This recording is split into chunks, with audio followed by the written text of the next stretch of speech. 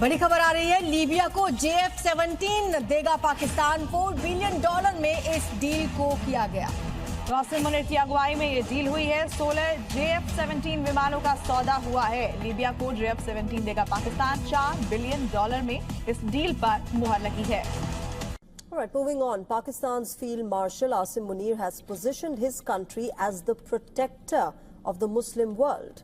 During a visit to Libya, Munir warned that the world has become increasingly hostile, particularly towards Muslim countries. He highlighted the devastations in the recent years by the conflicts and what he called betrayals and conspiracies by foreign powers. Munir said power today does not lie with Muslim countries, as other nations have taken their technological knowledge. In today's world, there is no rule of law. Actually, it is the law of the jungle which prevails, and the law of the jungle is might is right.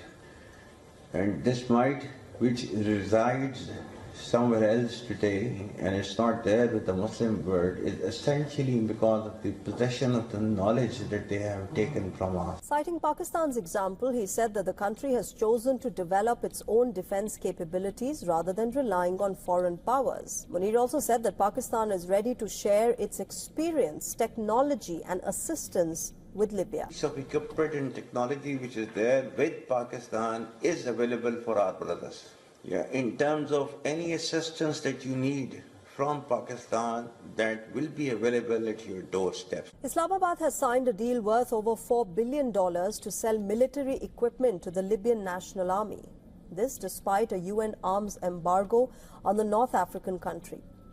The deal, which is one of Pakistan's largest ever weapons sale, was finalized after a meeting between Asim Munir and Saddam Khalifa Haftar, who is the Deputy Commander-in-Chief of the Libyan National Army. We're 2 days out from Christmas, but there's already been a Christmas miracle. Pakistan is selling weapons abroad. And I don't mean smuggling arms to terrorists or sneaking guns to insurgents. I'm talking about a bilateral weapons sale. That too worth $4 billion. So who's the desperate customer? It's Libya's Khalifa Haftar. Let me give you some context first. Libya is a country in northern Africa. It is ruled by two different camps. The eastern part of Libya is controlled by a man called Khalifa Haftar. He is a renegade military commander and he rules from Benghazi. The western part of the country is controlled by a United Nations recognized government, and this regime rules from Tripoli. Last week, Pakistan's Supreme Commander Asim Munir traveled to Benghazi. He met Khalifa Haftar and his deputies, and that's where this deal was signed. So what is Pakistan selling? Mostly Chinese weapons. Reports say 16 JF-17 fighter jets will be sold to Libya. 16 fighter jets. These are planes jointly developed by China and Pakistan. Also on the list are 12 Super Mushak planes. These are trainer aircraft developed by Pakistan. Reports say all these weapons will be sold in the next 2.5 years. And total cost? Well, some officials say $4 billion, others say it could be $4.6 billion. Either way, it is huge money for Pakistan. The question is, why is Libya turning to Islamabad of all? Why is Asim Munir indulging Haftar? And what is the broader geopolitical game here? Well, Khalifa Haftar's rivals have been making a series of moves. In July, they hosted a key advisor of US President Donald Trump.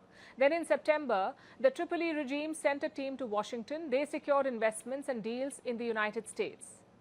For what?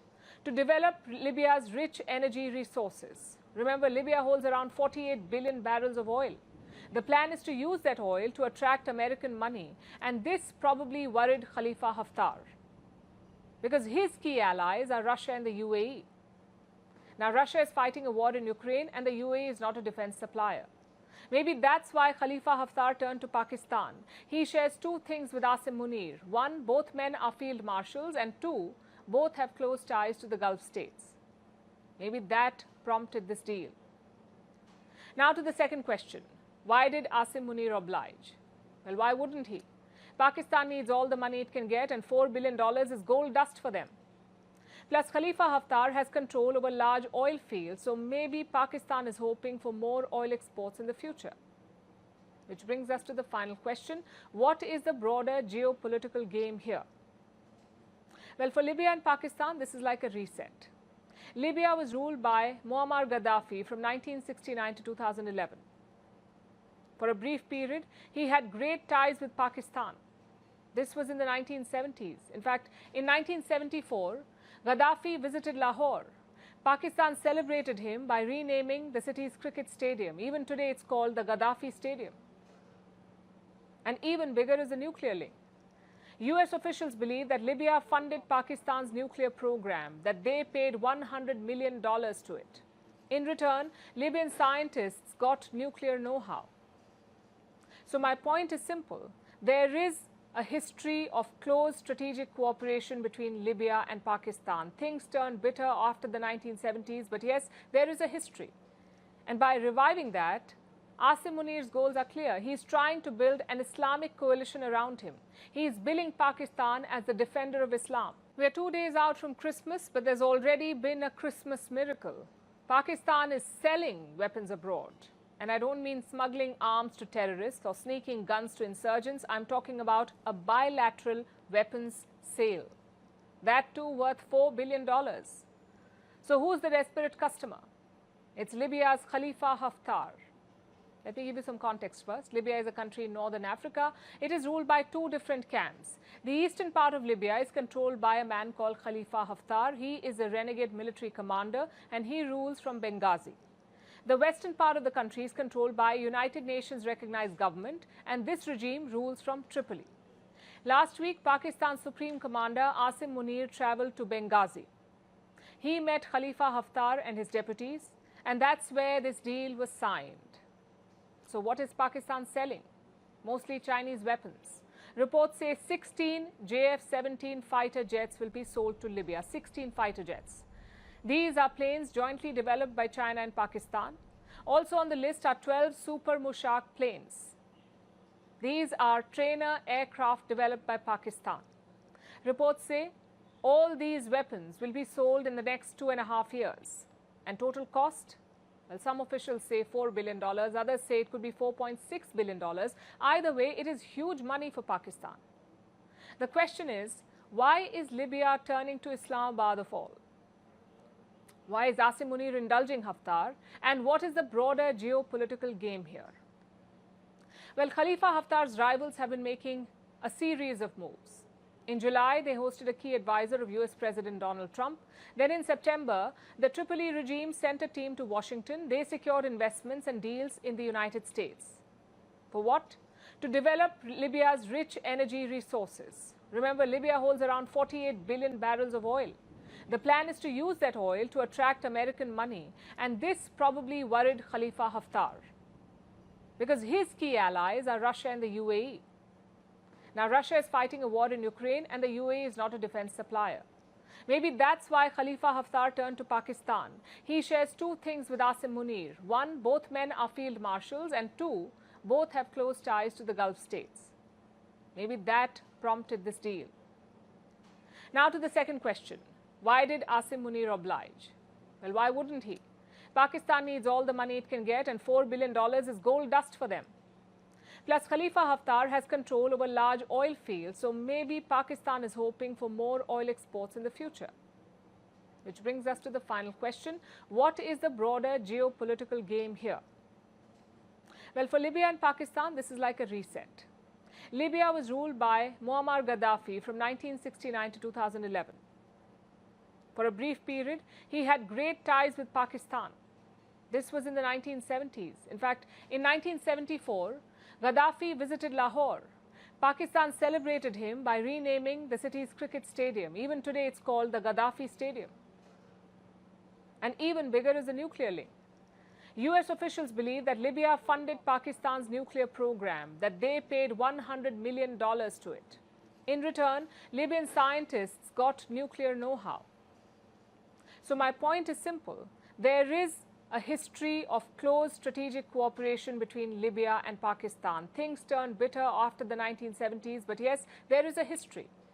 And by reviving that, Asim Munir's goals are clear. He is trying to build an Islamic coalition around him. He is billing Pakistan as the defender of Islam. Look at his various moves. In April, Asim Munir sent a top military official to Nigeria, which is one of the largest Muslim nations in the world. Around 2,000 Nigerian troops are trained by Pakistan's military. In September, he sent a delegation to Qatar.